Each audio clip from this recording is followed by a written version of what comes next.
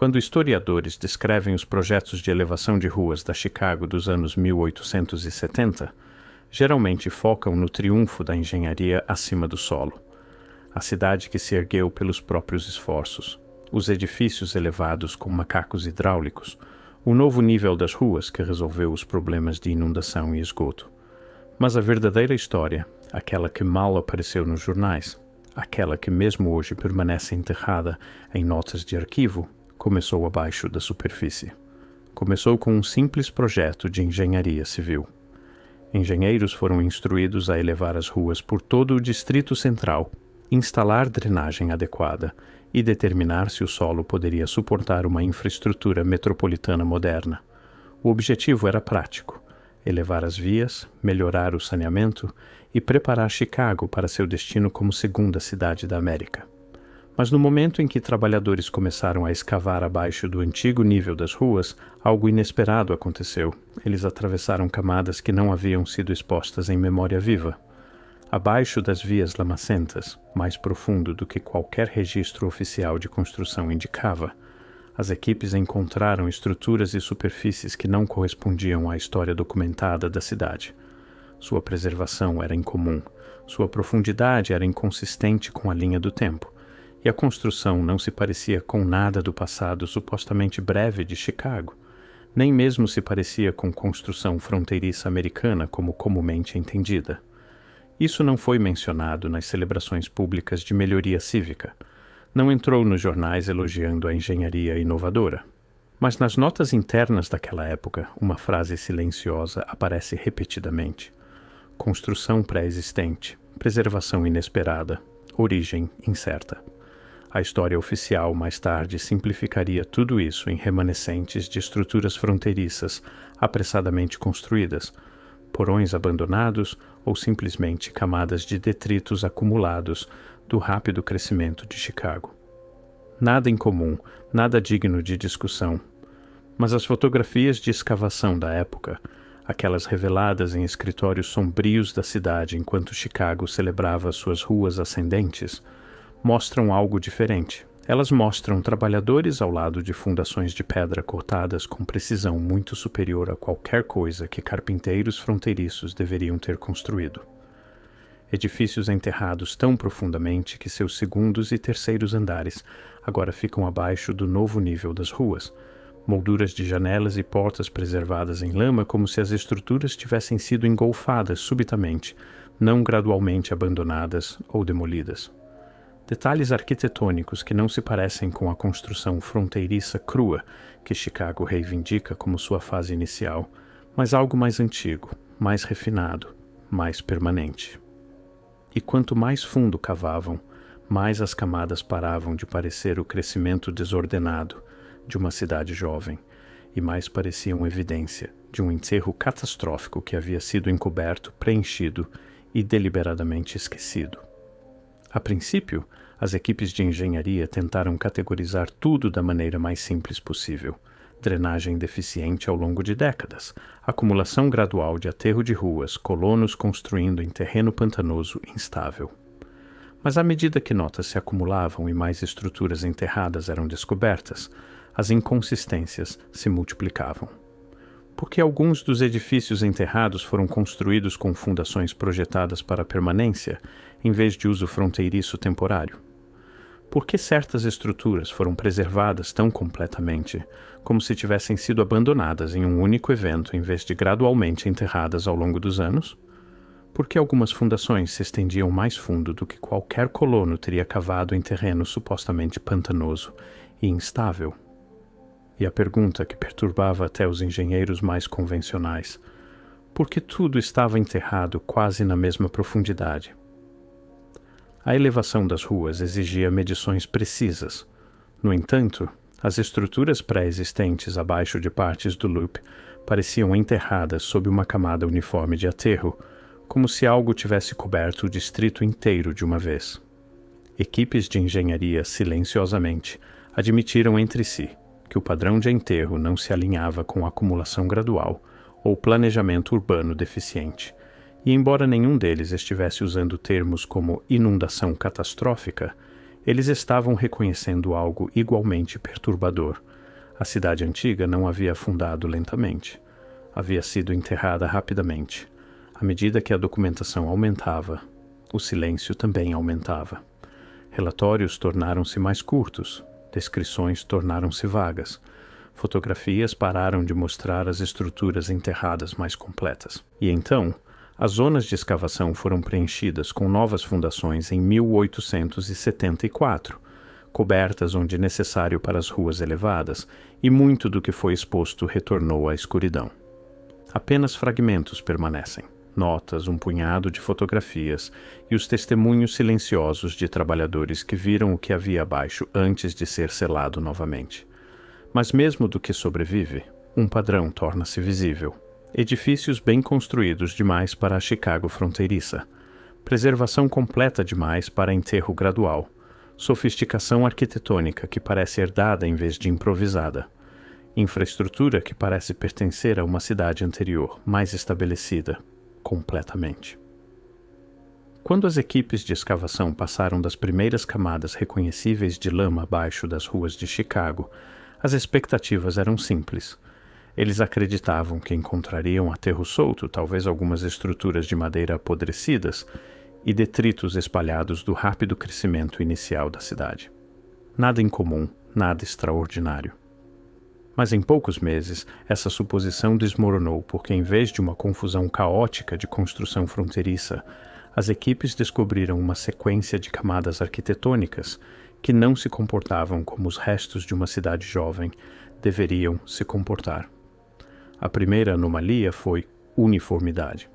Cada edifício, seja encontrado na State Street, Michigan Avenue ou Lake Street, parecia enterrado sob aproximadamente a mesma profundidade de aterro. Diferentes datas de construção não deveriam resultar nisso. Diferentes proprietários, diferentes propósitos, diferentes anos de construção. Eles não terminam todos enterrados no mesmo nível, a menos que algo tenha acontecido com todos de uma vez. No entanto, abaixo das ruas de Chicago, terminaram. Fachadas de lojas de um quarteirão alinhavam com fachadas enterradas no próximo. Alturas de janelas correspondiam por distritos inteiros. Molduras de portas ficavam em profundidades consistentes, mesmo quando os edifícios eram supostamente construídos com anos de diferença. Era como se cada estrutura no centro de Chicago tivesse sido engolfada pelo mesmo evento, um que não existe mais em nenhum registro oficial. À medida que os trabalhadores cavavam mais fundo, as estruturas tornavam-se mais intrigantes. Abaixo da lama e detritos esperados, eles começaram a encontrar construção que não se parecia em nada com construção fronteiriça.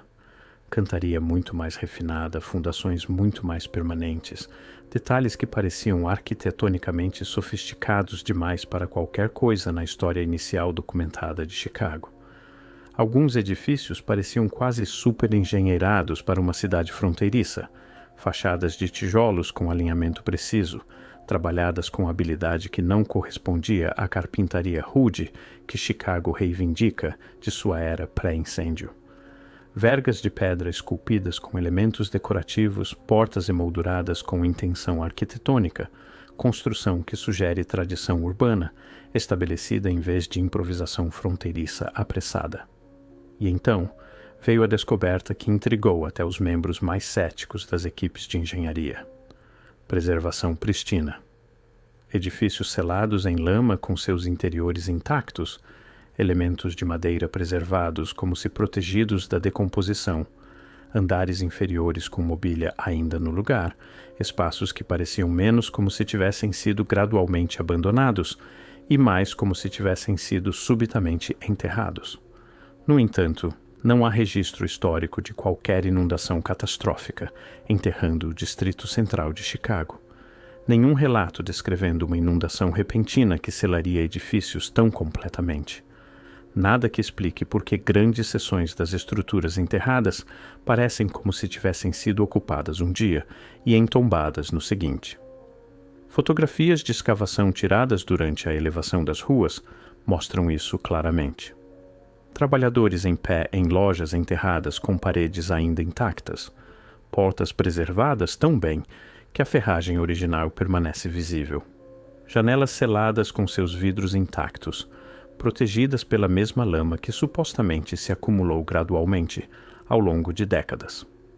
Mas o detalhe mais perturbador não foi o que apareceu nas fotografias. Foi o que não apareceu na narrativa oficial. Os relatórios escritos após a elevação das ruas mal mencionam a descoberta de estruturas enterradas completas. Alguns desenhos mostram apenas o novo nível das ruas e fundações, omitindo completamente o que havia abaixo. Certos achados arquitetônicos são descartados com termos vagos como construção antiga ou nível de terreno anterior, embora as fotografias mostrem que eram muito mais significativos que isso. O silêncio é difícil de ignorar, porque se esses edifícios enterrados verdadeiramente pertenciam à história inicial documentada de Chicago, por que não foram descritos como desafios de engenharia notáveis? Por que as lojas enterradas pristinas não foram documentadas como achados arqueológicos?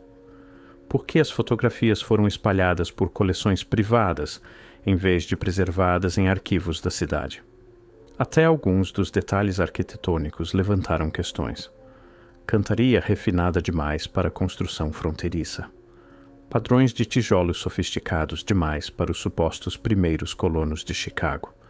Elementos decorativos que sugeriam artesanato urbano estabelecido, não a improvisação rude de uma cidade com apenas 20 anos. O que as equipes de escavação descobriram foram estruturas que não correspondiam à história oficial de origem de Chicago, como um posto comercial fronteiriço lamacento, que de alguma forma se tornou uma grande cidade em meras décadas. Em vez disso, eles encontraram evidência de um ambiente urbano anterior, mais estabelecido, um que parecia ter sido enterrado e construído por cima em memória viva. O primeiro choque veio com os próprios edifícios comerciais enterrados. Estes não eram lojas fronteiriças crutas ou estruturas temporárias de madeira. Eram espaços comerciais permanentes, fachadas de lojas projetadas para uso de longo prazo, construção de tijolos e pedra destinada a durar gerações. Alguns edifícios foram selados tão completamente que suas placas permaneceram legíveis, anúncios pintados preservados na lama sem ar. Outros revelaram vitrines ainda intactas, salas de mercadorias com inventário intocado.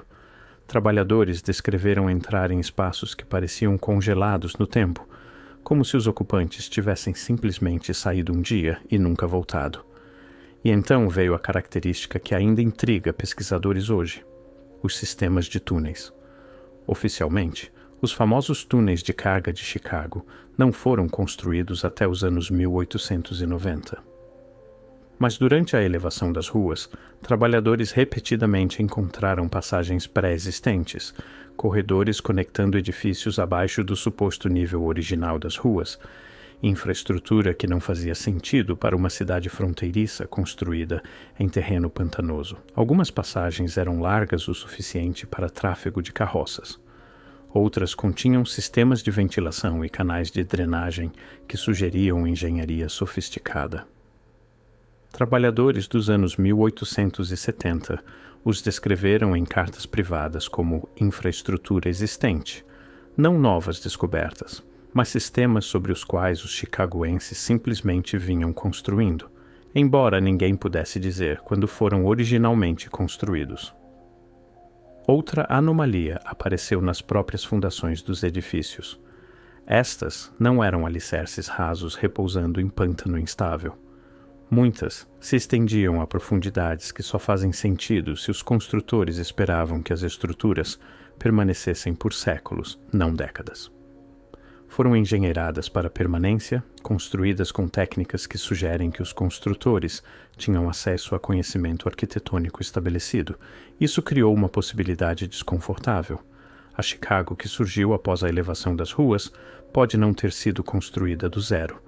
Pode ter sido construída em cima de algo muito mais antigo, uma cidade cuja existência nunca foi propriamente registrada, nunca propriamente reconhecida e nunca explicada na história oficial do centro-oeste americano. Quanto mais fundo os trabalhadores escavavam, mais estranho o padrão se tornava. Rua por rua, quarteirão por quarteirão, eles encontraram evidência de uma paisagem urbana anterior enterrada sob uma camada uniforme de aterro. Mas a descoberta que causou mais confusão foi a natureza desse próprio aterro. Algumas seções continham detritos consistentes com demolição e acumulação gradual. Mas outras áreas mostraram algo diferente. Aterro limpo, compactado densamente, quase deliberadamente, como se alguém tivesse feito um esforço consciente para enterrar o antigo nível das ruas rapidamente e completamente. A explicação oficial oferecida depois: gestão de drenagem deficiente, décadas de acumulação de lama, o resultado natural de construir em terra pantanosa. Mas isso não explica a uniformidade da profundidade de enterro. A acumulação natural é caótica, desigual, variável. O que as equipes de escavação encontraram era consistente, medido, sistemático, como se o distrito inteiro tivesse sido intencionalmente elevado para esconder o que veio antes. Logo após essas descobertas, algo incomum começou a acontecer. As estruturas enterradas mais completas foram documentadas brevemente, depois preenchidas novamente. As lojas mais intactas foram fotografadas uma vez, depois seladas sob novas fundações. Seções profundas, onde detalhes arquitetônicos eram mais sofisticados, foram cortadas de exploração adicional. Parte disso foi oficialmente rotulada como eficiência de construção, necessária para manter o projeto de elevação das ruas no cronograma. Mas as decisões sobre quais áreas preservar e quais enterrar permanentemente levantaram questões silenciosas entre observadores. Porque as estruturas que foram seladas imediatamente eram sempre aquelas que desafiavam a linha do tempo oficial de Chicago mais diretamente. Os edifícios que eram bem construídos demais para a construção fronteiriça. Os túneis que antecederam registros oficiais. A sofisticação arquitetônica que sugeria uma história urbana mais longa e complexa. Os interiores preservados que implicavam enterro súbito em vez de abandono gradual. Estes eram talvez os achados mais problemáticos de todos. Não eram estruturas aleatórias. Eles formavam um padrão, evidência de um distrito urbano completo que havia sido enterrado e construído por cima em uma única geração. Planejado, executado e convenientemente explicado como o resultado natural de planejamento urbano deficiente, embora a evidência sugerisse algo muito mais deliberado. Quando você estuda a conclusão da elevação das ruas de 1874, algo se torna impossível de ignorar. O projeto não simplesmente elevou as ruas, ele selou evidências, não acidentalmente, não gradualmente, mas sistematicamente e rapidamente. Quanto mais funda a escavação ia, mais a documentação tornava-se restrita. Levantamentos iniciais incluíam notas detalhadas sobre estruturas enterradas, mas ao final relatórios mencionavam apenas a nova construção, como se nada de significativo estivesse abaixo. E é aqui que o verdadeiro mistério começa. Porque o que os trabalhadores descobriram abaixo das ruas de Chicago não era apenas evidência de drenagem deficiente ou descuido fronteiriço. Era evidência de uma cidade completa, enterrada tão completamente que dentro de uma geração sua existência poderia ser descartada como lenda. Múltiplos relatos, os poucos que sobreviveram em correspondência privada, descreveram arquitetura que subitamente tornava a linha do tempo oficial de Chicago impossível. Edifícios preservados bem demais para décadas de enterro gradual. Distritos comerciais dispostos com sofisticação demais para uma suposta cidade fronteiriça. Infraestrutura que sugeria que Chicago havia sido uma cidade estabelecida muito antes de oficialmente existir. Mas aqui está a parte que sempre fica enterrada nas histórias oficiais. A evidência mais problemática foi selada mais rápido. Trabalhadores descreveram ser instruídos a parar de documentar certos edifícios, a preencher sessões de volta antes que a fotografia fosse concluída, a passar por áreas onde a arquitetura era mais refinada. A explicação oficial, prazos de construção, restrições orçamentárias, necessidade prática de engenharia. Mas se era apenas sobre eficiência, por que as estruturas mais sofisticadas foram enterradas primeiro? Por que as áreas com a evidência mais clara de construção avançada foram seladas antes de documentação arqueológica adequada? Não faz sentido, a menos que essas descobertas representassem um tipo diferente de ameaça. Não física, cronológica. Porque se as estruturas abaixo de Chicago verdadeiramente mostravam sofisticação urbana décadas antes da fundação oficial da cidade, então a narrativa inteira da história de Chicago começa a desmoronar. Imagine o que significaria se a Chicago moderna foi construída em cima de uma cidade anterior, uma que foi deliberadamente enterrada e esquecida dentro de memória viva. Imagine o que significa se a elevação das ruas não era apenas sobre drenagem, mas sobre encobrir evidência de um evento catastrófico que histórias oficiais nunca reconheceram. E talvez seja por isso que as descobertas de 1874 foram tão rapidamente seladas, não para sustentar as novas ruas, mas para sustentar a narrativa oficial. As fotografias sobreviventes contam sua própria história. Edifícios enterrados com fachadas intactas. Lojas preservadas que deveriam ter apodrecido se enterradas gradualmente. Arquitetura que parece estabelecida, permanente, sofisticada. Nada como as estruturas fronteiriças crutas que Chicago reivindica como seu começo. Estas não são o tipo de descobertas que se encaixam perfeitamente em livros didáticos. São o tipo que deixa historiadores desconfortáveis, o tipo que sugere que nossas cidades têm histórias mais antigas e estranhas do que nos contam. E isso nos traz a questão final. Por que a evidência da existência anterior de Chicago foi selada tão sistematicamente? Porque quando você recua, o padrão torna-se claro. A arquitetura sofisticada foi enterrada.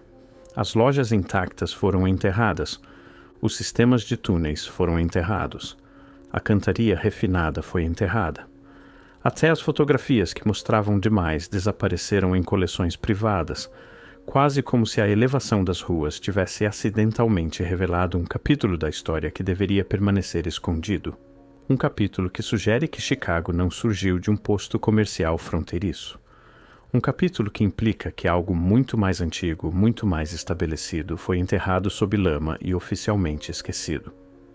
E por um breve momento, em 1874, enquanto elevavam as ruas, a verdade foi exposta. Mas em vez de investigá-la, construíram sobre ela. Cobriram-na, selaram-na, esqueceram-na, ou fingiram. Porque se as ruas reluzentes de Chicago repousam em cima de uma cidade enterrada que não mais reconhecemos, então, a verdadeira questão não é o que foi descoberto em 1874. É quantas outras cidades foram convenientemente enterradas abaixo da superfície. Quantos outros desastres forneceram a oportunidade perfeita para esconder o passado. Quantas outras paisagens urbanas foram sistematicamente cobertas e construídas por cima antes que alguém pensasse em questionar a história oficial. A elevação das ruas de Chicago em 1874 não foi apenas um projeto de obras públicas. Foi um enterro, uma ocultação sistemática de evidência que sugeria que as maiores cidades da América têm histórias muito mais antigas e estranhas do que nos ensinaram. E agora, essa evidência permanece sob seus pés, selada sob fundações modernas, esperando na escuridão abaixo. Algo fora do lugar, algo fora do tempo. Isso conclui o documentário, mas nossa busca continua.